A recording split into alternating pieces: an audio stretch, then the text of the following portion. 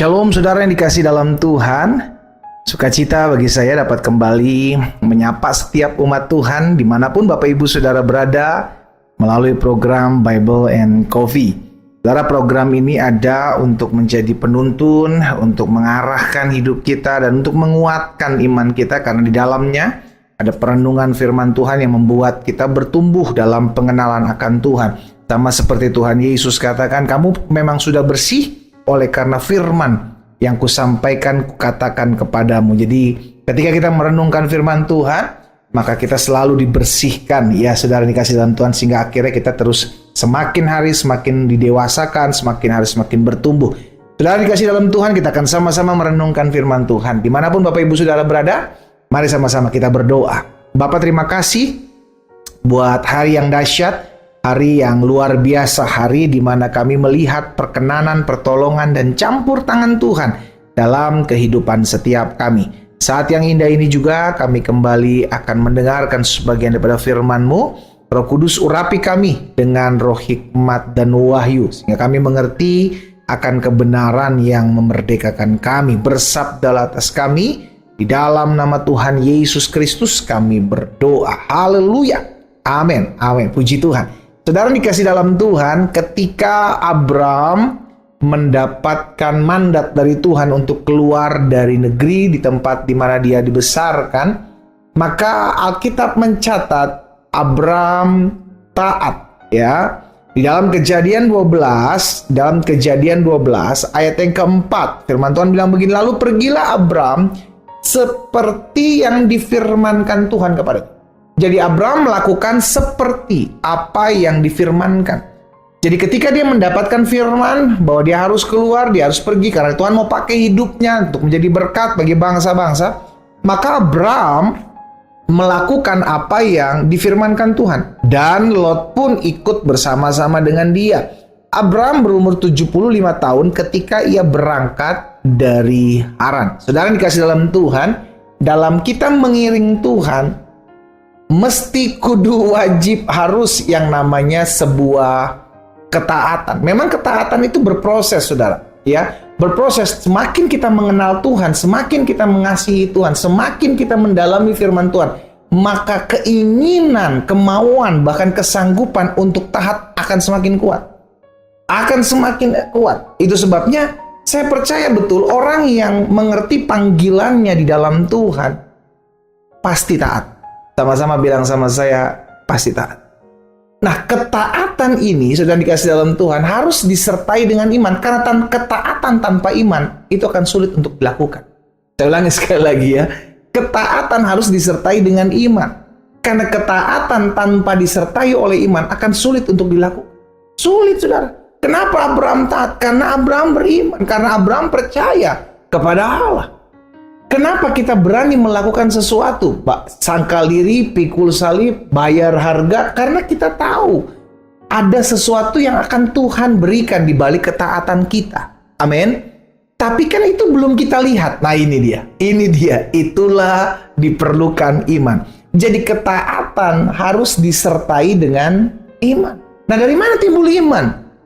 Iman timbul dari pendengaran dan pendengaran terhadap firman Kristus. Jadi saudara dikasih dalam Tuhan, saya percaya betul orang yang semakin tertanam dalam firman, orang itu akan semakin berani untuk taat. Ya, semakin dia tertanam dalam firman, maka dia akan semakin berani untuk taat, sekalipun dia belum melihat dampak dari ketaatannya. Sekalipun dia belum melihat sesuatu yang dia lakukan karena ketaatannya. Tapi dia berani lakukan karena dia beriman. Abraham taat walaupun dia nggak tahu tujuan pasti. Ya, sama seperti kita hidup di dalam iman kepada Tuhan Yesus, saudara. Kita berani melakukan sesuatu, kita berani mengampuni sekalipun untuk ukuran daging kita itu merugikan kita. Kita berani mengasihi orang yang membenci kita sekalipun untuk keegoan kita itu merugikan ego kita. Betul? Tapi kita berani taat. Kenapa? Karena iman. Karena apa, saudara? Jadi iman memampukan saudara dan saya untuk taat. Dan itulah yang akhirnya diperlukan anak-anak Tuhan di akhir zaman ini, saudara dikasih dalam Tuhan, untuk tumbuh dalam iman. Karena berarti kalau orang yang hidupnya ngaku dekat dengan Tuhan, intim dengan Tuhan, kenal Tuhan Yesus, tetapi tidak berani untuk taat, tidak mau untuk taat, maka sejatinya dipertanyakan, apakah engkau benar beriman kepada Tuhan Yesus atau tidak? Sampai di sini ngerti saudara ya? Akhirnya kita tahu, tolak ukur iman kita dapat dinilai dari ketaatan kita. Saya ulangi sekali lagi. Tolak ukur iman seseorang dapat dinilai dari ketaatan. Seseorang gak akan berani taat melakukan apa yang Tuhan firmankan kalau dia tidak beriman. Dia harus beriman terlebih dahulu, baru dia berani melakukan apa yang Tuhan perintahkan untuk dia kerjakan, yaitu ketaat. Jadi kita bisa uji nih, apakah saya udah benar-benar percaya sama Tuhan Yesus? Makanya kan Paulus pernah bilang, aku tahu kepada siapa aku percaya dan aku yakin dia berkuasa. Itu sebabnya hidupnya selalu berpadanan dengan firman. Nah, hidup yang berpadanan dengan firman adalah hidup yang mau melakukan apa yang Tuhan perintahkan. Sekalipun itu nggak gampang. Iya dong, mengampuni orang yang menyakiti kita, mengkhianati kita, mengecewakan kita, merugikan kita. Apakah mudah, saudara? Tentu tidak, pendeta. Iya kan? Tentu tidak. Tapi kenapa ada banyak orang mau taat? Sekalipun itu menurut dia merugikan hidup dia, merugikan ekonomi dia, merugikan ego dia, merugikan kedagingan dia. Kenapa dia berani taat? Jawabannya cuma satu. Karena saya mau melakukan perintah Tuhan.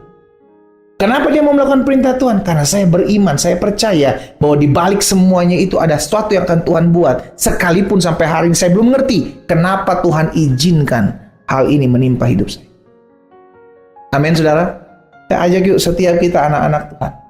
Tolak ukur setiap kita, apakah engkau benar-benar sudah beriman kepada Tuhan Yesus atau belum? Atau engkau masih setengah-setengah beriman kepada Tuhan Yesus atau setengah lagi beriman kepada egomu? Itu terlihat dari buah ketaatan. Seseorang yang berani taat, berani sangkal diri, berani pikul salib, berani merasa quote and quote dalam tanda kutip merasa rugi terhadap apa yang dia lakukan. Itu adalah bentuk sebuah ketaatan ketika dia mau melakukan apa yang diperintahkan, difirmankan. Sama seperti Abraham. Abraham melakukan tepat seperti yang difirmankan Tuhan kepadanya. Makanya Abraham disebut sebagai bapa orang beriman. Semua dimulai dari iman. Iman akan melahirkan sebuah ketaatan, dan ketaatan adalah bukti bahwa setiap kita percaya bahwa Tuhan punya rencana yang dahsyat dalam hidup kita. Kita berdoa, kita datang sama Tuhan. Bapa, terima kasih buat setiap benih firman Tuhan. Kami mengucap syukur. Sekalipun sampai hari ini kami belum mengerti kenapa ada hal-hal yang tidak baik menimpa hidup kami. Kenapa Tuhan izinkan ada hal-hal yang tidak menyenangkan terjadi dalam hidup kami. Tapi hari ini ketika kami mendengarkan firman Tuhan, kami belajar taat. Kami belajar menerima keadaan. Kami belajar taat dengan mengucap syukur dengan segala sesuatu yang terjadi. Karena kami percaya Allah turut bekerja dalam segala sesuatu untuk mendatangkan kebaikan bagi kami.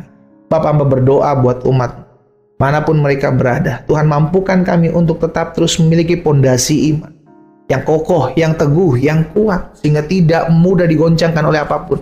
Sehingga dengan iman yang kokoh teguh ini, kami mau belajar untuk melakukan apa yang Tuhan kehendaki dalam firman sebagai bentuk ketaatan kami kepada Allah.